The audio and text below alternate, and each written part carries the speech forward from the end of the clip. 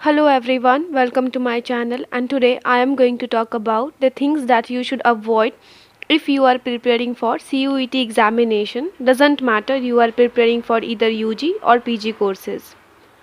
इस वीडियो में मैं आपको उन सभी चीज़ों के बारे में बताने जा रही हूँ जो आपको नहीं करनी चाहिए अगर आप CUET एग्जामिनेशन की तैयारी करने जा रहे हैं तो, क्योंकि ये सभी चीज़ें आपको तेज़ी से अपने गोल की तरफ बढ़ने से रोक सकती हैं।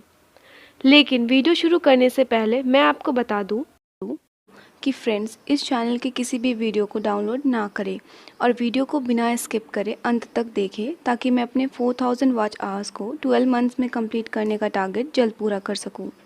और अगर आप इंग्लिश लिटरेचर, लैंग्वेज या इंग्लिश ग्रामर के स्टूडेंट हैं या आपको upcoming UG, PG, PhD admission और एंट्रेंस टेस्ट या फिर उन एग्ज़ाम के प्रिपरेशन से रिलेटेड अपडेट्स चाहिए और आपने अभी तक मेरे चैनल को सब्सक्राइब नहीं किया है तो सब्सक्राइब बटन पर क्लिक करके चैनल को सब्सक्राइब करें, बेल आइकन पर क्लिक करें ताकि अपकमिंग वीडियोस के नोटिफिकेशंस आप कभी मिस ना करें। साथ ही अब आप चैनल को इंस्टाग्राम पर भी फॉलो कर सकते हैं जिसकी लिंक डिस्क्रिप्शन बॉक्स में दे दी गई है। For further details and updates do check out the playlist and community post of the channel. तो सबसे पहली चीज़ जो आपको CUET प्रिपरेशन के दौरान करने से रोकनी होगी वो है आपका प्रोक्रेस्टिनेशन, यानी चीज़ों को टालने वाली आदत। मैं भी एक स्टूडेंट हूँ और मैं ये अच्छे से समझती और जानती हूँ कि हम स्टूडेंट अपने स्टडीज़ को कितना ज़्यादा प्रोक्रेस्टिनेट करते हैं।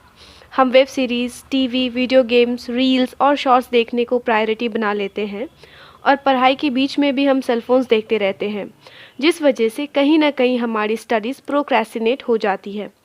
So stop procrastination, and to deal with stopping procrastination is set yourself with certain 2 to 3 goals and to-do list in your mind and write these things on certain paper and tick out when you would complete it.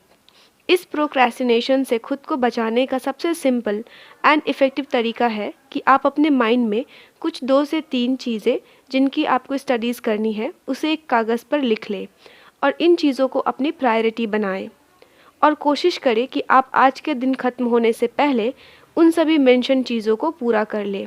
या फिर आपके पास इससे better कोई तरीका है तो आप वो भी कर सकते हैं और इस तरह प्रोक्रेस्टिनेशन से बच सकते हैं।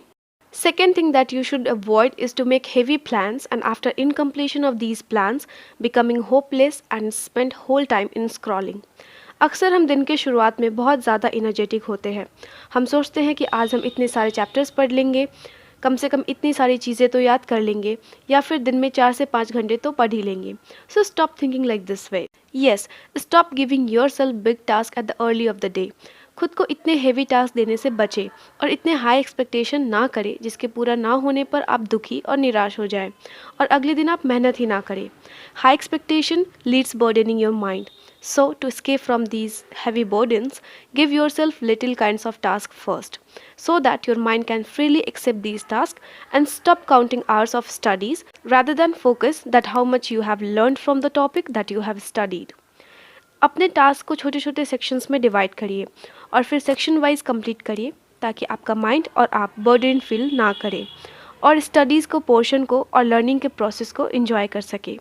So stop giving tough task and keep high expectation from your self because if for some reasons you would not able to complete that task, you would have ended up being demotivated. That is why stop giving yourself heavy tasks.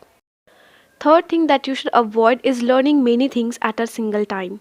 Yes, learning many things at a time may confuse you somewhere, but it doesn't mean that you should go only with one topic for all the time.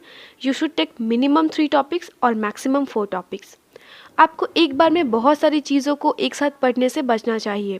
Like आज ये topic पढ़ लिया, कल दूसरा पढ़ लिया, ऐसे करते करते 6 से 7 टॉपिक पढ़ लिया और फिर अगेन फर्स्ट टॉपिक को जहाँ तक पढ़ा था फिर उसके आगे पढ़ा। तो इस तरह की मेसी स्टडी पैटर्न को आपको अवॉइड करना चाहिए और इससे बचने का एक सिंपल और ऑथेंटिक सोल्यूशन मेरे अकॉर्डिंग है कि आप मैक्सिमम किसी भी 4 टॉपिक को चूज़ करें या मिनिमम 3 टॉपिक को चूज़ करें, पहले उसे पूरा ख़त्म करें और फिर दूसरे पर जाएं ताकि अब शुरू के टॉपिक्स जो आप ख़त्म कर चुके हैं उसमें आपका सिर्फ एक काम करना बाकी रह जाए और वह है revision. Always remember, revision is the key. ऐसा बहुत लोग बोलते हैं और बहुत कम लोग उसे फॉलो करते हैं और जो लोग फॉलो करते हैं वो सक्सेसफुल होते हैं अपने फील्ड में। सो आपको बहुत सारे टॉपिक एक बार में कवर करने वाले सोच से बचना होगा और इसके ऑपोजिट आपको एक एक करके सेक्शन वाइज चीज़ों को पढ़ना होगा। Fourth thing that you should avoid is exaggerating yourself with certain subject and topic at the particular moment when you feel that your mind has been done with it.